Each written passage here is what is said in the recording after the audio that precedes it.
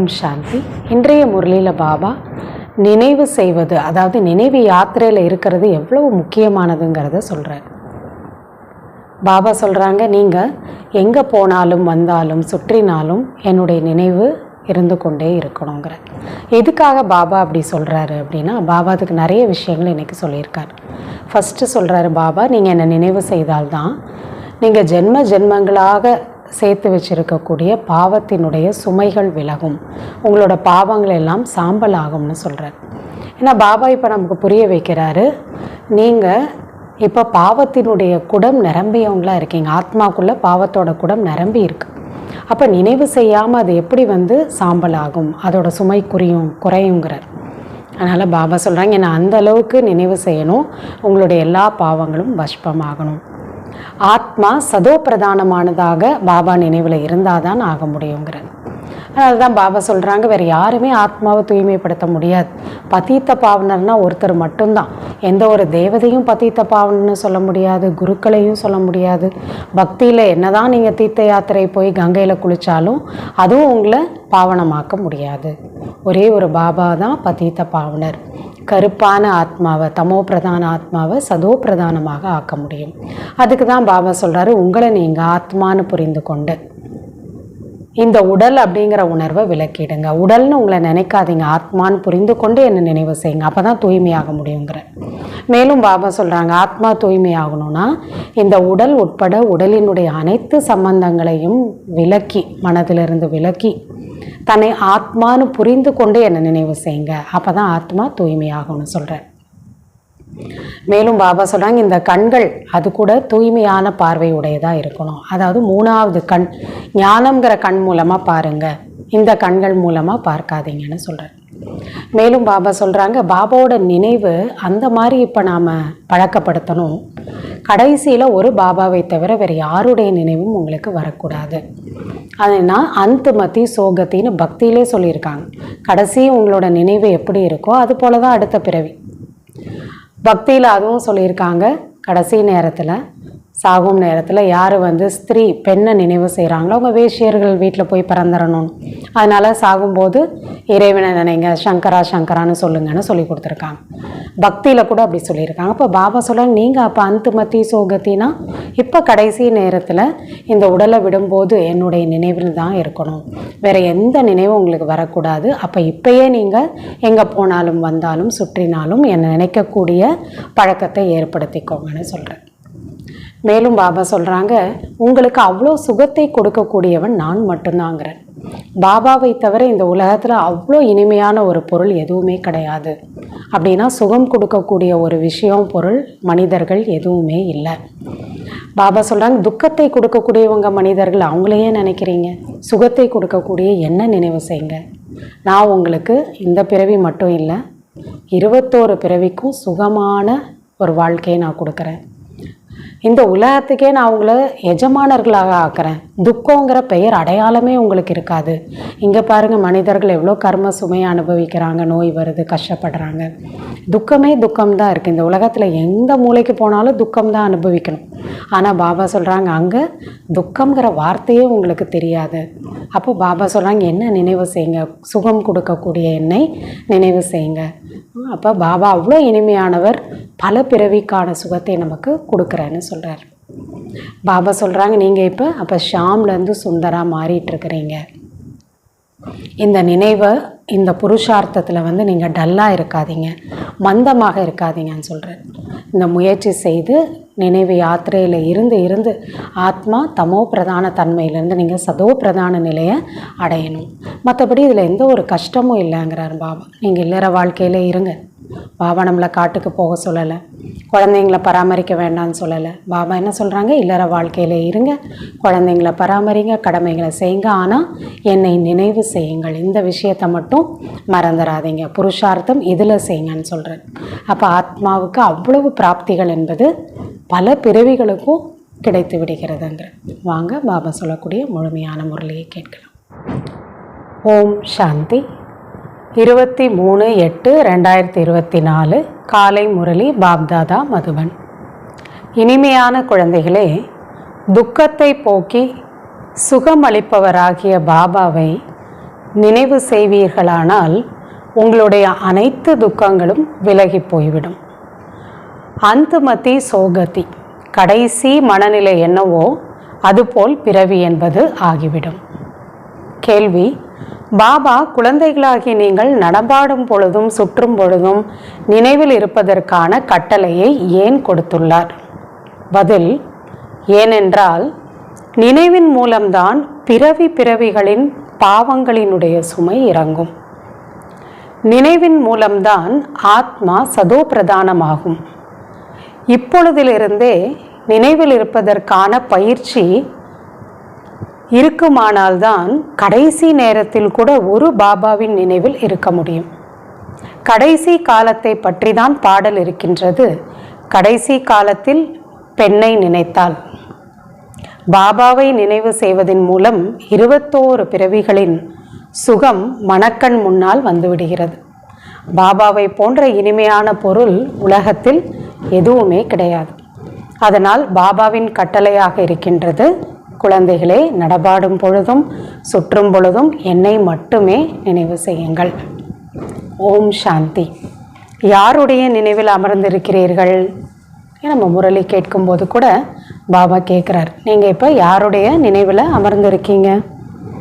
இது ஒருவருடன் அன்பில் இருக்கக்கூடிய சம்பந்தம். ஒருத்தர் கூட நம்ம வைக்கக்கூடிய அன்பிலும் அன்பான சம்பந்தம். அந்த ஒருவர் தான் அனைவரையும் துக்கத்திலிருந்து விடுபட வைக்கக்கூடியவர்.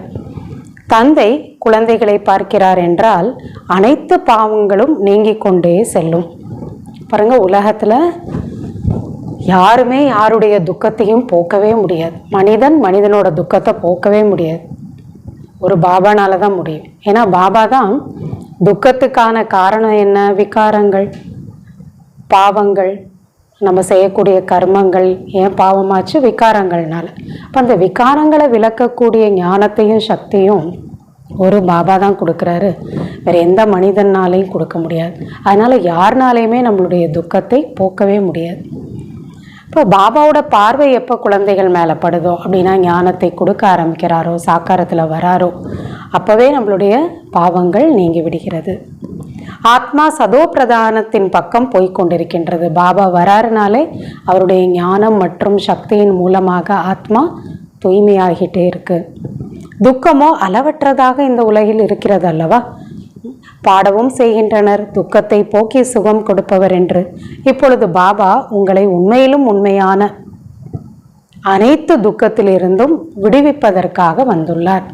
பக்தியில் நாம தான் அவரை துக்கு ஹர்த்தா சுக்கு கர்த்தான்னு பாடுறோம். துக்கத்தை போக்கி சுகத்தை கொடுப்பவரேன்னு. அப்போ அதுக்கு தகுந்தபடி அந்த செயலை செய்யறதுக்காக இப்போதான் பாபா உண்மையிலேயே இங்கே வந்திருக்காரு. சொர்க்கத்தில் துக்கத்தின் பெயர் அடையாளம் எதுவுமே இருக்காது. அப்படிப்பட்ட தந்தையை நினைவு செய்ய வேண்டிய அவசியம் இப்பொழுதுதான் இருக்கின்றது. அங்கே நமக்கு துக்கமே இருக்காததுனால நம்ம இறைவனை நினைக்கவே மாட்டோம். நாம் இங்கே தான் அவரை நினைக்க வேண்டியது அவசியமாக இருக்குது. தந்தைக்கு குழந்தைகளிடம் அன்பு என்பது இருக்கும் இல்லையா? பாபா யார்? அப்பா சிவபாபா, பரமாத்மா, ஆத்மாக்களினுடைய அப்பா. அப்போ எல்லாருடைய துக்கத்தை அவர் போக்குறது தானே அவர் காண்பிக்கக்கூடிய அன்பு. பாபாவிற்கு எந்தெந்த குழந்தைகளிடம் அன்பு உள்ளது என்பதை நீங்கள் அறிவீர்கள். குழந்தைகளாகிய உங்களுக்கு புரிய வைக்கப்பட்டுள்ளது, தன்னை ஆத்மா என்று உணருங்கள், தேகமாக தன்னை உணராதீர்கள். பாபா ஃபஸ்ட்டு சொல்லி கொடுக்குறார். என்னை புரிஞ்சுக்கணும் அப்படின்னாலும் பாபா சொல்கிறாங்க, அதாவது அவரை புரிஞ்சுக்கணும், அவரை நினைவு செய்யணும். நம்ம பாவங்களை போக்கணும்னா ஃபஸ்ட்டு நம்ம புரிஞ்சுக்க வேண்டியது, நான் இந்த உடல் கிடையாது, நான் ஒரு ஆத்மா, நான் ஒரு உயிர் சக்தி, நான் ஒரு ஜோதி பிந்து, இந்த உடலை நடத்தக்கூடியவன். இதை தான் புரிஞ்சுக்கணுங்கிறார். யார் நல்ல ரத்தினங்களாக இருக்கிறார்களோ அவர்கள் பாபாவை நடமாடும் போதும், அதாவது நடக்கும் போதும் சுற்றும் போதும் நினைவு செய்து கொண்டே இருக்கின்றனர். எப்பொழுதுமே அவரை நினைக்கிறதுக்கான ஒரு முயற்சி அவங்கக்கிட்ட இருக்கும். இதையும் ஏன் சொல்கிறார்? ஏனென்றால் ஜென்ம ஜென்மங்களாக உங்களின் பாவங்களின் குடம் நிரம்பி இருக்கிறது.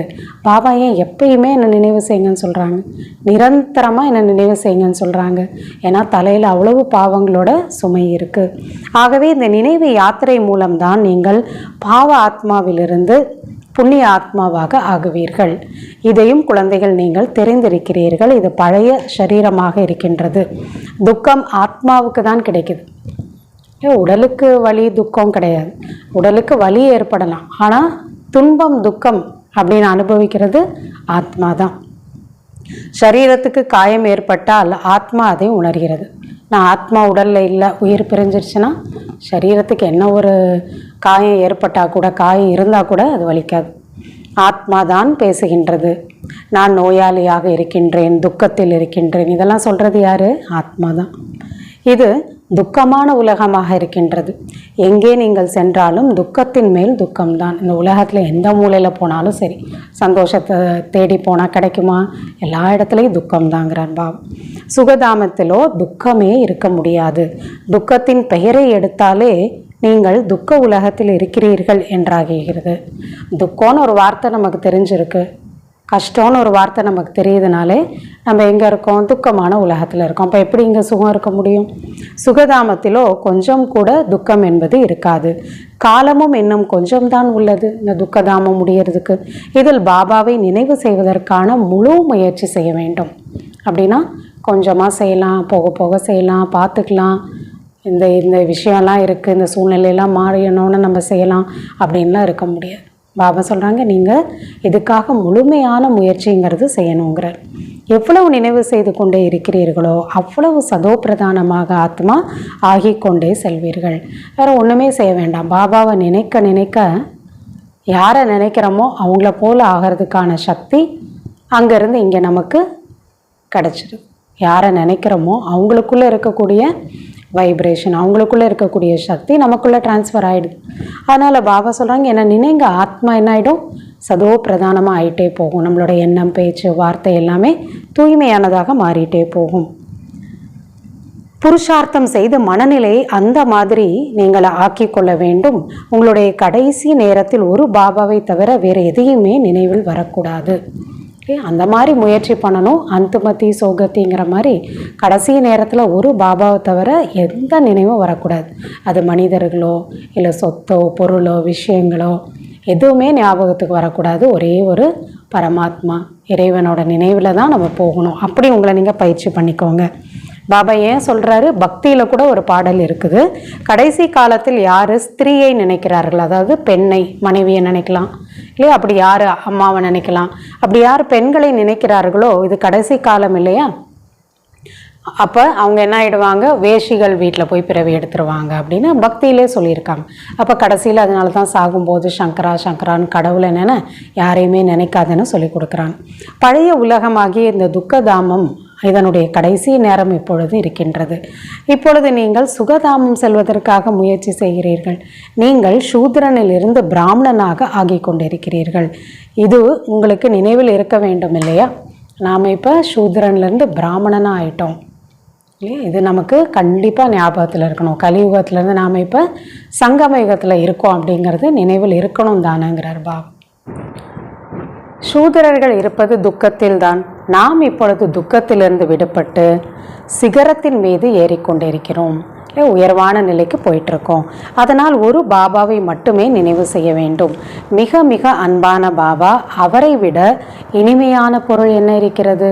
அவரை விட ஸ்வீட்டானவங்க யார்? ஸ்வீட்னா என்ன? சுகம் கொடுக்குறவங்க யார்? ஆத்மா அந்த பரம்பிதா பரமாத்மாவை தானே நினைவு செய்கிறது. ஆத்மாக்கள் அனைவருக்கும் தந்தை அவர்தான். அவரை காட்டிலும் இனிமையான பொருள் இவ்வுலகில் வேறு எதுவுமே இருக்க முடியாது. உங்களுக்கு அவ்வளோ சுகத்தை கொடுக்கக்கூடிய, அவ்வளோ பிராப்தியை கொடுக்கக்கூடிய வேறு யாருமே இந்த உலகத்தில் அப்படிப்பட்டவங்க இருக்க முடியாது. இவ்வளவு ஏராளமான குழந்தைகள் இருக்கின்றார்கள். இவர்களில் எத்தனை பேருக்கு நினைவு வந்திருக்கும்? ஒரு வினாடியில் நல்லது, ஒரு முழு சிருஷ்டியின் சக்கரம் எப்படி சுற்றுகிறது? அதுவும் குழந்தைகள் உங்களுடைய புத்தியில் அர்த்தத்துடன் இருக்கின்றது. அப்போ பாபா சொல்கிறாங்க, எவ்வளோ குழந்தைங்க இருந்தாலும் யாரோட புத்தியிலலாம் இதெல்லாம் இருக்குது அப்படிங்கிறத பார்க்கணும். ஒரு நொடியில் நீங்கள் முழு சிருஷ்டியின் சக்கரமும் எப்படி சுற்றுங்கிறத நினைவுக்கு கொண்டு வரலாங்கிற. அதுவும் குழந்தைகள் உங்களுடைய புத்தியில் நீங்கள் புரிஞ்சு நினைக்கிறீங்க. எப்படி யாராவது ட்ராமா பார்த்து விட்டு வருகிறார்கள், ட்ராமா நினைவில் இருக்கிறது என்று யாராவது கேட்டால் ஆம் என்று சொன்னதுமே முழுவதும் புத்தியில் வந்து விடுகிறது. என்ன சினிமா பார்த்துட்டு வந்தீங்க, என்ன கதை அப்படின்னு கேட்டுட்டாங்கன்னா முழு கதையும் புத்தியில் ஞாபகத்துக்கு வந்துடும் இல்லையா? அதே போல தான் பாபா இங்கேயும் சொல்கிறார்.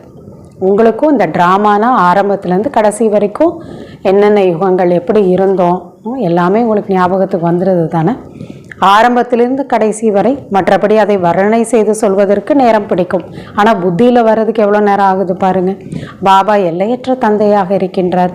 அவரை நினைவு செய்வதால் 21 பிறவிகளுக்கான சுகம் மனக்கண் முன்னால் வந்துவிடும். ட்ராமா பற்றி நினைக்கணுன்னா பாபா எதை சொல்கிறாரு, நீங்கள் 21 பிறவிக்கு எவ்வளோ சுகமாக இருந்தீங்க, அது ஒரு செகண்ட் போது நீங்கள் நினைவுக்கு கொண்டு வந்துடலாம். அந்தளவுக்கு புத்தியில் இருக்குதானே.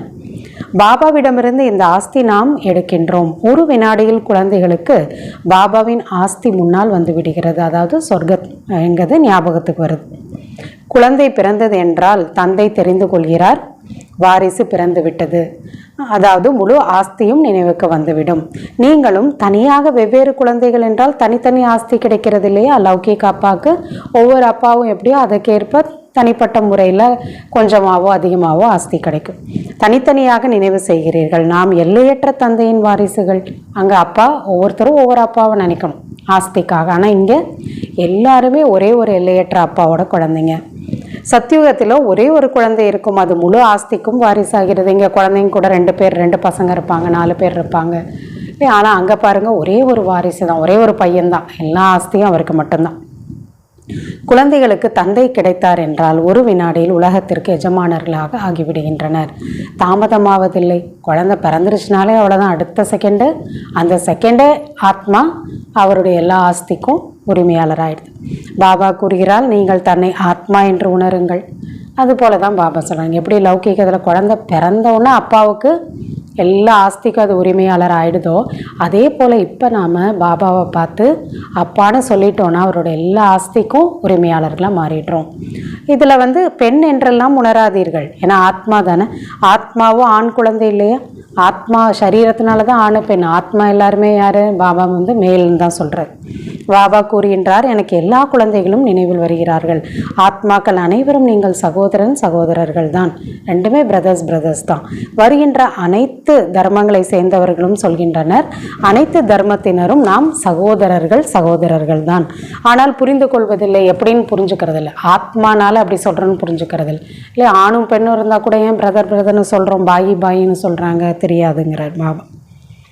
இப்பொழுது நீங்கள் இதையெல்லாம் புரிந்து கொண்டிருக்கிறீர்கள். நாம் பாபாவின் மிக மிக அன்பான குழந்தைகள். பாபாவிடமிருந்து முழுமையான எல்லையற்ற ஆஸ்தியை நிச்சயமாக நாம் பெறுவோம். எப்படி பெறுவீர்கள்?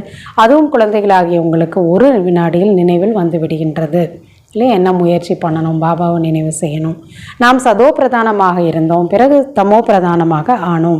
இப்பொழுது மீண்டும் சதோ பிரதானமாக ஆக வேண்டும். நீங்கள் அறிந்துள்ளீர்கள், பாபாவிடமிருந்து நமக்கு சுகத்தின் ஆஸ்தி கிடைக்கின்றது. பாபா கூறுகிறார், தன்னை ஆத்மா என்று உணருங்கள். தேகமோ அழியக்கூடியது, ஆத்மாதான் சரீரத்தை விட்டு சென்று விடுகிறது. இல்லையா, உடல் இங்கே தான் இருக்குது. ஆத்மா இந்த உடல்லேருந்து பிரிஞ்சிருது. உடல் என்ன ஆகிடுது, இங்கே அழிஞ்சிருது. பிறகு வேறொரு புதிய சரீரத்தை கர்ப்பத்தில் சென்று, ஒரு அம்மாவோட கர்ப்பத்தில் சென்று எடுக்கின்றது. சரீரம் தயாரானவுடன் ஆத்மா அதில் பிரவேசமாகின்றது. இல்லையா, உடல் ரெடி ஆகிடுச்சுன்னா அந்த 4 மாதம் 5 மாதத்தில் ஆத்மா உள்ளுக்குள்ளே பிரவேசம் ஆகுது. ஆனால் அதுவோ ராவணனின் வசமாக உள்ளது. ஆத்மாக்குள்ளே 5 விகாரம் இருக்க தான் செய்யுது. வெளியே இருந்தாலும் இருக்குது, உள்ள கர்ப்பத்தில் போனாலும் இருக்குது. விகாரங்களின் வசமாகி சிறைக்குள் செல்கின்றது. அங்கோ ராவணன் இருப்பதில்லை. எங்க சத்தியுகத்தில் துக்கத்தின் விஷயமே இல்லை. கர்ப்பத்திலேயே ஆத்மா சுகமாக இருக்கும்.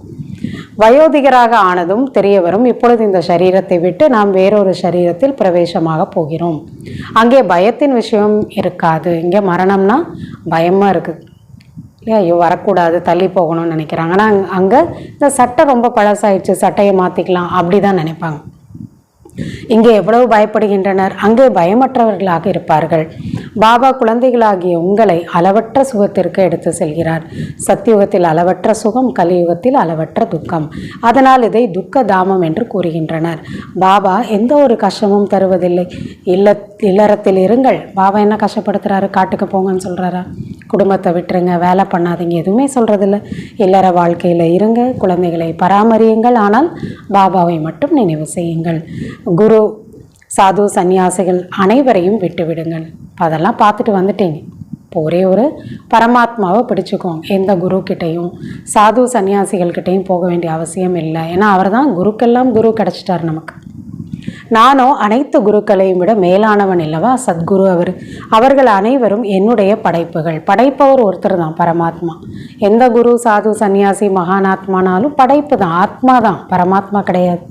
என்னை தவிர வேறு யாரையும் பதீத்த பாவனர் என்று சொல்ல முடியாது. ஏன்னா ஆத்மாவை யாருமே தூய்மைப்படுத்த முடியாது. பிரம்மா, விஷ்ணு, சங்கரரை பதீத்த பாவனன் என்று சொல்ல முடியுமா? அவங்களையும் சொல்ல முடியாது. ஏன்னா அவங்களும் படைப்பு தான், படைப்பவர்கள் கிடையாது. என்னை தவிர தேவதைகளை கூட சொல்ல முடியாது. அதாவது பதீத்த பாவனா அப்படின்னு எந்த கிருஷ்ணானையோ இல்லை விஷ்ணுவையோ யாரையுமே சொல்ல முடியாது. இப்பொழுது குழந்தைகள், நீங்கள் கங்கையை பதீத்த பாவனி என்று சொல்வீர்களா? இல்லையா? முன்னாடி அப்படி நினச்சோம், இப்போ புரிஞ்சுக்கிட்டோம். என்னதான் கங்கையில் போய் எத்தனை தடவை குளித்தாலும் பாவங்கள் போகாது, ஆத்மா தூய்மையாகாது. இந்த தண்ணீரின் நதிகளோ எப்பொழுதும் ஓடிக்கொண்டிருப்பவை தான், இல்லையா? பிறவியாக குளிச்சுட்டு தான் வரோம். கங்கை, பிரம்மபுத்திரா முதலியவை எல்லாம் இங்கே தான் இருந்து வருகின்றது. இவற்றில் குளித்து கொண்டே தான் இருக்கின்றனர். மழை பெய்தால் வெள்ளம் வந்து விடுகிறது. இதுவும் கூட துக்கம் கொடுக்கின்றதல்லவா, இல்லையா? வெள்ளம் வந்து எவ்வளோ மனித ஆத்மாக்கள் இறந்து போயிடுறாங்க. அப்போ அதை எப்படி பதீத்த பாவனைன்னு சொல்ல முடியும்? அளவற்ற துக்கம். வெள்ளத்தில் பாருங்கள், எவ்வளவு மனிதர்கள் இறந்து போகின்றனர். சத்தியுகத்தில் துக்கத்தின் விஷயமே இருக்காது. மிருகங்களுக்கும் கூட அங்கே துக்கம் இருக்காது, இல்லையா? அங்கே இருக்கக்கூடிய மிருகங்கள் கூட சாத்வீகமாக இருக்கும், ஒன்று சண்டை போடாது, அதுவும் சுகமாக இருக்கும். அவற்றிற்கு அகால மரணம் என்பது ஏற்படாது. பாருங்கள், அது கூட அகால மரணம் ஏற்படாது, இல்லையா? திடீர்னு போகிறது, நோய் வந்து போகிறது, அதெல்லாம் இருக்காது. மிருகங்களுக்கும் கூட அங்கே துக்கம் இருக்காது. இந்த டிராமாவே அது போல உருவாக்கப்பட்டுள்ளது. பக்தியில் பாடுகின்றனர், பாபா நீங்கள் எப்பொழுது வருகிறீர்களோ அப்பொழுது நாங்கள் உங்களுக்கு பலியாகின்றோம் என்று, உங்களுடையவர்களாக ஆகிவிடுவோம் என்று. வரத்தானே செய்கிறார் அவர், இல்லையா? வந்துட்டார் இல்லையா இப்போ? ஆனால் இது யாருக்கும் தெரியாது. சிருஷ்டியின் ஆயுள் எவ்வளவு இருக்கும் என்பது கூட யாருக்கும் தெரிவதில்லை. பாபா எவ்வளவு சுலபமாக புரிய வைக்கிறார். சிருஷ்டி சக்கரத்தின் ஆயுள் 5000 வருடங்கள் தான் என்பது இதற்கு முன்பு உங்களுக்கு தெரியுமா? என்ன தெரியாது. அவர்களோ லட்சக்கணக்கான வருடங்கள் என்று சொல்லிவிட்டனர். இப்பொழுது பாபா புரிய வைக்கிறார். 1250 வருடங்கள் தான் ஒவ்வொரு யுகத்திற்காகவும் இருக்கின்றது. ஸ்வஸ்திக் பாகத்தில் கூட முழுமையாக 4 பாகத்தை காண்பிக்கின்றனர். ஒரு சிறிதும் கூட எந்த ஒரு வேறுபாடும் அதில் இருப்பதில்லை, இல்லையா? 4மே ஈக்குவலாக டிவைட் பண்ணியிருக்காங்க. ஒவ்வொன்றுக்கும் 1250 வருஷம் 4 யுகத்துக்கு காமிச்சிருக்காங்க. விவேகமும் சொல்கிறது, மிக சரியானதாக கணக்கு என்பது இருக்க வேண்டும். ஜெகநாத் புரியிலும் கூட சாதம் சமைத்து வைத்தால் 4 பாகங்களாக அது தானாகவே ஆகிவிடுகின்றது. அதுபோல் அவங்க ஒரு இடத்துல கொட்டுவாங்க, ஸ்வஸ்திக் சிம்பிள் மாதிரி இருக்கும். அப்போ அதுவும் 4 அப்படி ஈக்குவலாக பிரிஞ்சிரும். இதெல்லாம் இதோட அடையாளமாகிறார். சிருஷ்டி சக்கரம் எப்படி சுற்றுது, 4 யுகங்களும் ஒரே போல் கணக்குடையதாக இருக்குது, ஆயுள் உடையதாக இருக்குது. இருவரையுமே கருப்பாக அங்கு காட்டுகின்றனர். அதாவது யார் அப்படின்னா, அங்கே அரிசி சாதம் அதிகம் சாப்பிடுகின்றனர். அது யுக்தியாக உருவாக்கப்பட்டுள்ளது. 4 பாகத்தை ஒன்றா பிரிக்கிறாங்க. அங்கே வந்து சாதம் நிறைய சாப்பிட்றதுனால அதை பிரசாதமாக எல்லோரும் கொடுக்கறதுக்காக செய்கிறாங்க. ஜெகநாத் என்று சொன்னாலும் சரி, ஸ்ரீநாத் என்று சொன்னாலும் சரி, எல்லாம் விஷயம் ஒன்று தான். ஜெகத்துக்கு நாத், உலகத்துக்கு நாதன், தலைவன். ஸ்ரீனா உயர்ந்தவர், எல்லாம் ஒருத்தர் தான். ஆனால் எல்லாரையுமே கருப்பாக தான் காட்டியிருக்காங்க. ஸ்ரீநாத் கோவில், அதில் நெய் களஞ்சியம் உள்ளது. அனைத்தும் நெய்யில் பொரித்த நல்ல நல்ல உணவுப் பொருட்கள் பிரசாதமாக கிடைக்கின்றது, இல்லை? இது போலெல்லாம் அங்கே செய்கிறாங்க. ஏன்னா பிரம்மா பாபாக்கு அனுபவம் இருக்க, அவரெல்லாம் போயிருக்கார். வெளியில் கடைகள்லாம் வைக்கப்படுகின்றன. எவ்வளவு பிரசாதம் வைக்கப்பட்டு இருக்கும். யாத்திரிகள் அனைவரும் அங்கு கடைகளுக்கு சென்று வாங்குகின்றனர். ஜெகநாத்திற்கு பிறகு சாதம்தான் அதிகமாக உள்ளது. ஜெகநாத்தில் எல்லாமே பொருள் எல்லாம் அந்த மாதிரி அரிசியில் செஞ்சுருக்காங்க. அது ஜெகநாத், இது ஸ்ரீநாத். சுகதாமம் மற்றும் துக்கதாமத்தை காட்டுகின்றனர். ஸ்ரீநாத் சுகதாமத்தினுடையதாக இருக்கின்றது. ஜெகநாத்துங்கிறது இந்த கலியுகத்தோட கடைசியில் அரிசி சாதம் தான் கிடைக்கும், ஸோ அதனோடதை காட்டுறாங்க. ஸ்ரீநாத் அப்படின்னா அது மிக உயர்ந்த சத்தியுகத்தை குறிப்பிடக்கூடியதுங்கிறார் பாபா. ஜெகநாத் துக்கமுடையதாக இருக்கின்றது, இல்லையா? அந்த டைமை வந்து துக்கமுடையதாக காட்டுறாங்க. கருப்பாகவும் அச்சமயம் அனைவரும் ஆகிவிட்டார்கள்.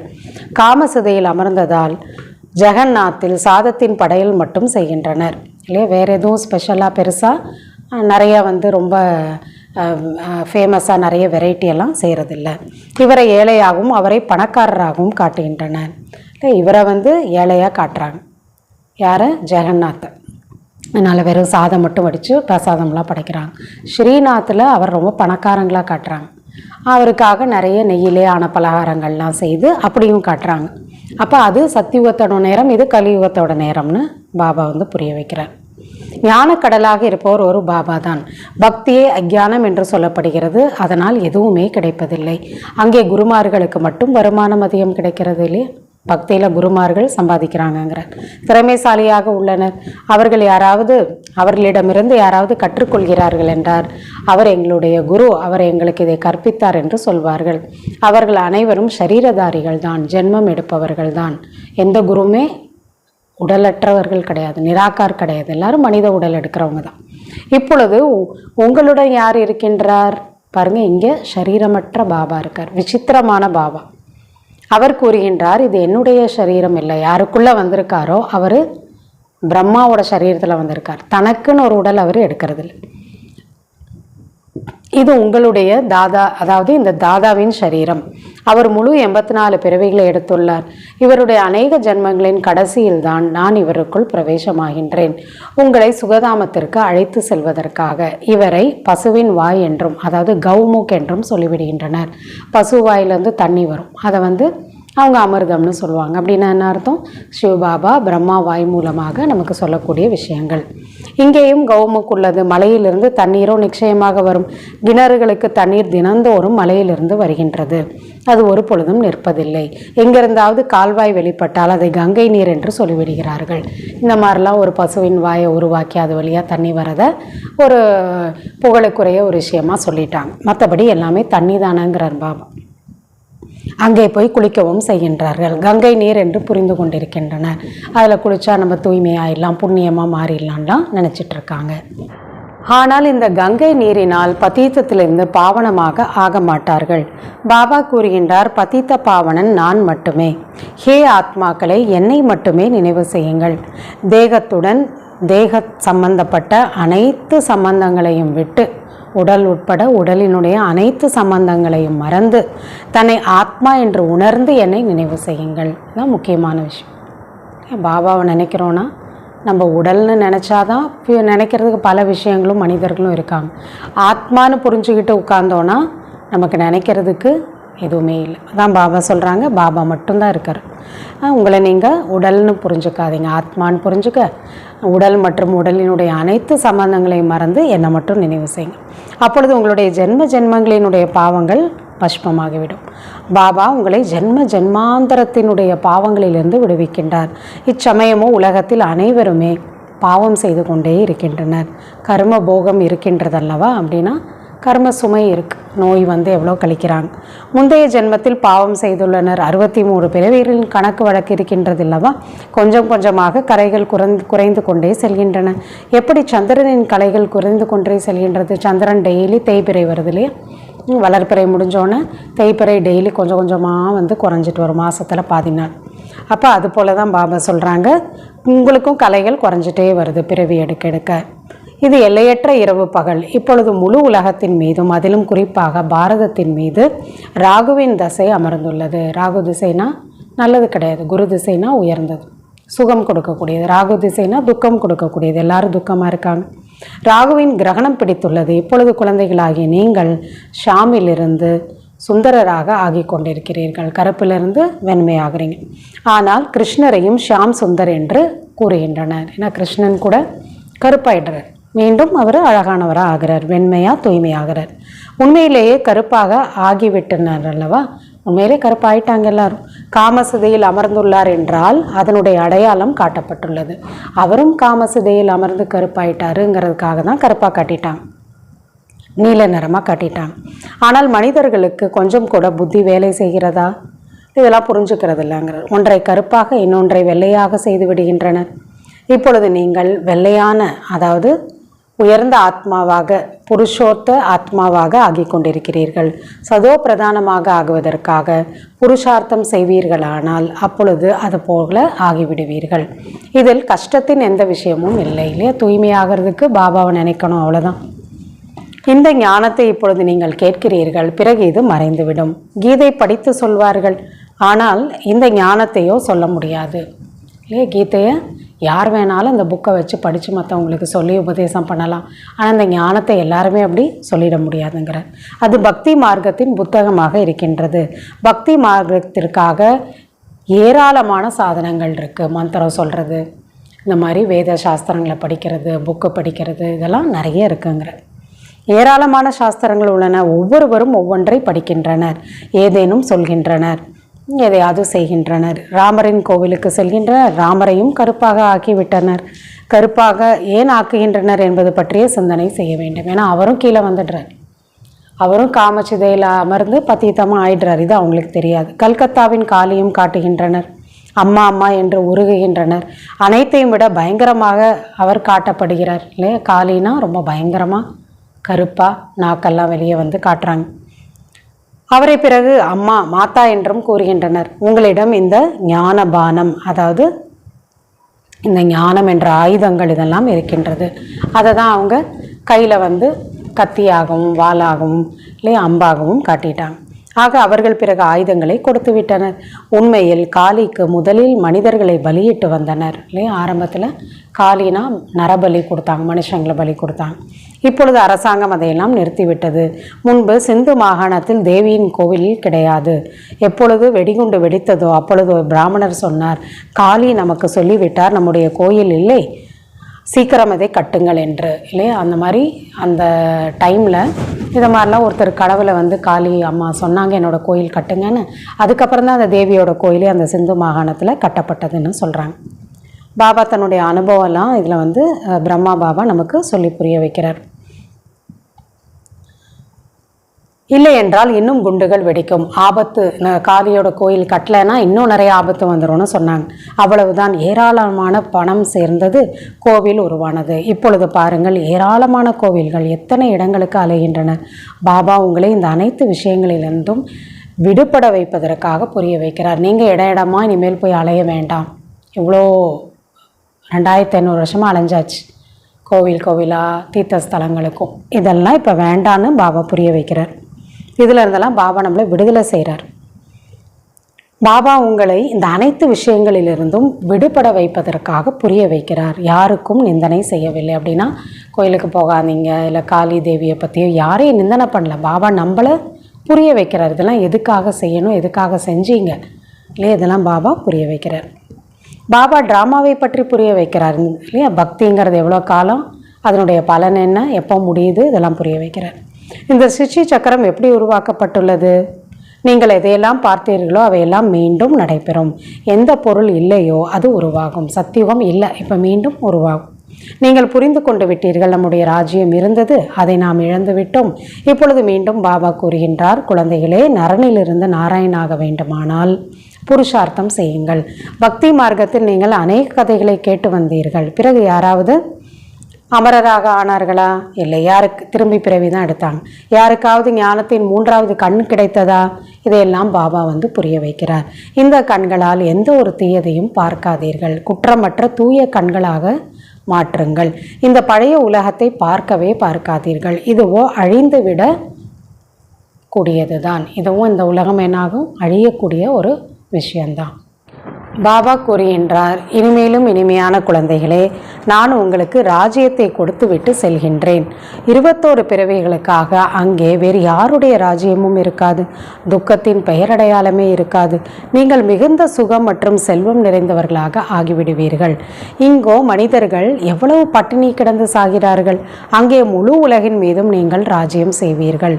எவ்வளவு கொஞ்சமாக நிலம் வேண்டி இருக்கும் இல்லையா? அவ்வளோ பேர் தான், கொஞ்சம் பேர் தான் இருப்பீங்க, ஆனால் இடம் நிறையா இருக்கும். அதனால தான் அங்கே அவ்வளோ நல்ல சுகமாக இருக்க முடியுதுங்கிறார் பாப். அங்கே முழு உலகத்தின் மீதும் நீங்கள் தான் ராஜ்யம் செய்வீர்கள். சிறிய தோட்டம் பிறகு விருத்தி அடைந்து அடைந்து கலியுக கடைசி வரை எவ்வளவு பெரியதாக ஆகிவிடுகிறது. தோட்டம்னா இந்த உலகத்தை சொல்கிறார். கொஞ்சம் ஆத்மா தான் வந்தீங்க, அப்புறம் கொஞ்சம் கொஞ்சமாக பரந்தாம்லேருந்து வந்து இப்போ கலியுகத்தில் பெருசாக இதாக ஆயிடுச்சுங்கிறார். 5 விகாரங்களின் பிரவேசம் ஏற்பட்ட காரணத்தால் அது முள் நிறைந்த காடாக மாறிவிட்டது. அப்படின்னா தோட்டமாக இருந்தது, கார்டனாக இருந்தது. கார்டனா சுகம் கொடுக்கக்கூடிய உலகமாக இருந்தது. 5 விகாரம் ஆத்மாக்குள்ளே வந்தனால துக்கம் கொடுக்கக்கூடிய முள் காடாக மாறிடுச்சுங்கிறார். பாபா கூறுகிறார், காமம் மகாசத்ரு, பெரிய எதிரி. அதனால் நீங்கள் முதலிடை கடை முழுவதும் துக்கத்தை தான் அடைந்தீர்கள். ஞானம் மற்றும் பக்தி பற்றியும் இப்பொழுது நீங்கள் புரிந்து கொண்டிருக்கிறீர்கள். விநாசம் முன்னாடியே காத்திருக்கின்றது. அதனால் இப்பொழுது மிக விரைவாக முயற்சியை செய்ய வேண்டும். இல்லை என்றால் பாவங்கள் பஷ்பமாகாது. பாபாவின் நினைவின் மூலமாக தான் பாவங்கள் நீங்கும். பதீத்த பாவனர் ஒரு தந்தை தான். கல்பத்திற்கு முன் யார் புருஷார்த்தம் செய்திருக்கின்றார்களோ அவர்கள் செய்தே காட்டுவார்கள். மந்தமாக ஆகிவிடாதீர்கள். நீங்கள் எப்பயுமே முயற்சி செய்கிறதுல டல் ஆகிடாதீங்கிறார் பாபா. ஒரு பாபாவை தவிர வேறு யாரையுமே நினைவு செய்யாதீர்கள். அனைவரும் துக்கம் தருபவர்கள் தான். யார் சதா சுகம் தருபவரோ அவரை நினைவு செய்யுங்கள். கஷ்டம் கொடுக்குறவங்கள ஏன் நினைக்கிறீங்க? சதா சுகம் கொடுக்குறவர் யாரோ அவரை மட்டும் நினைங்க. இதில் தவறு செய்யாதீர்கள். நினைவு செய்யவில்லை என்றால் பாவனமாக எப்படி ஆவீர்கள்? நினைவு செய்யாமல் சக்தி கிடைக்காது. சக்தி கிடைக்காம நம்ம சன்ஸ்காரம் மாறாது. அப்புறம் நம்ம பாவாத்மாவாக தான் பாவ செயல்களை செய்யணும். அதனால தான் பாபா நினைவு என்பது கண்டிப்பாக செய்ய வேண்டும்ங்கிறார். அச்சா, இனிமேலும் இனிமையான காணாமல் போய் கண்டெடுக்கப்பட்ட செல்ல குழந்தைகளுக்கு தாயும் தந்தையும் ஆகிய பாம் தாதாவின் அன்பு நினைவுகள் மற்றும் காலை வணக்கம். ஆன்மீக குழந்தைகளுக்கு ஆன்மீக தந்தையின் நமஸ்காரம். ஆன்மீக தந்தைக்கு ஆன்மீக குழந்தைகளின் நமஸ்காரம். தாரணைக்கான முக்கிய சாரம். முதலாவது பாயிண்ட்டு, இந்த கண்களால் தீயதை பார்க்காதீர்கள். பாபா கொடுத்துள்ள 3வது கண் ஞான கண். அந்த குற்றமற்ற தூய கண்களால் தான் பார்க்க வேண்டும். தூய்மை ஆவதற்கான முழு முயற்சி செய்ய வேண்டும். 2வது பாயிண்ட்டு, இல்லற வாழ்க்கையை பராமரித்து கொண்டே அன்பான பொருளாகிய பாபாவை நினைவு செய்ய வேண்டும். மனநிலையை அதுபோல் தயார்படுத்தி கொள்ள வேண்டும். கடைசி நேரத்தில் ஒரு பாபாவை தவிர வேறு எதுவுமே நினைவில் வரக்கூடாது. வரதானம், தனது சிரேஷ்ட விருத்தியின் மூலமாக உலக சூழ்நிலையை மாற்றக்கூடிய ஆதார மூர்த்தி ஆகுக. குழந்தைகளாகிய நீங்கள் தனது வாழ்க்கைக்கு மட்டும் ஆதாரம் கிடையாது. தன்னோட வாழ்க்கையை மட்டும் நல்லா பார்த்துக்கலாம், அது மட்டும் உங்கள் பொறுப்பு இல்லைங்கிற. உலகில் உள்ள அனைத்து ஆத்மாக்களுக்கும் ஆதார மூர்த்திகளாக இருக்கிறீர்கள். சிரேஷ்ட விருத்தி, அதன் மூலம் அதாவது உயர்ந்த உள்ளுணர்வு, எல்லாரும் சுகமாக இருக்கணும், எல்லாரும் நன்மை அடையணும். அப்படி அந்த உயர்ந்த உள்ளுணர்வு மூலம் உலக சூழ்நிலை இப்பொழுது மாற்ற வேண்டும். உங்களது தூய திருஷ்டியின் மூலம் உலகத்தின் ஆத்மாக்கள் மற்றும் இயற்கை இரண்டுமே தூய்மையாகி கொண்டிருக்கிறது. உங்களுடைய திருஷ்டியினால் இந்த சிருஷ்டி உலகம் மாறிக்கொண்டிருக்கிறது. உங்களது சிரேஷ்டமான செயலினால் சிரேஷ்டமான உலகம் உருவாக்கி கொண்டிருக்கிறது. இப்பொழுது நீங்கள் அந்த அளவிற்கு உயர்ந்த பொறுப்பு என்ற கிரீடத்தை அணிந்திருப்பதால் தான் எதிர்காலத்தில் சிம்மாசனம், கிரீடம் கிடைக்கும், பதவியும் கிடைக்கும், பொறுப்பும் கிடைக்குங்கிற ஸ்லோகன். சர்வசக்திவான் தந்தை தனது துணையாக ஆக்கி கொண்டால் எந்த தடையும் உங்களை தடுத்து நிறுத்த முடியாது. பாபாவோட துணை இருந்துச்சுன்னா தடைகள் வரலாம், வரும், ஆனால் எதுவுமே உங்களை நிறுத்த முடியாது. நீங்கள் முயற்சி செய்கிறத, நீங்கள் உயர்ந்த நிலைக்கு போகிறத, எந்த ஒரு சேவையும் எதுவுமே தடுக்க முடியாது. அச்சா, ஓம் சாந்தி.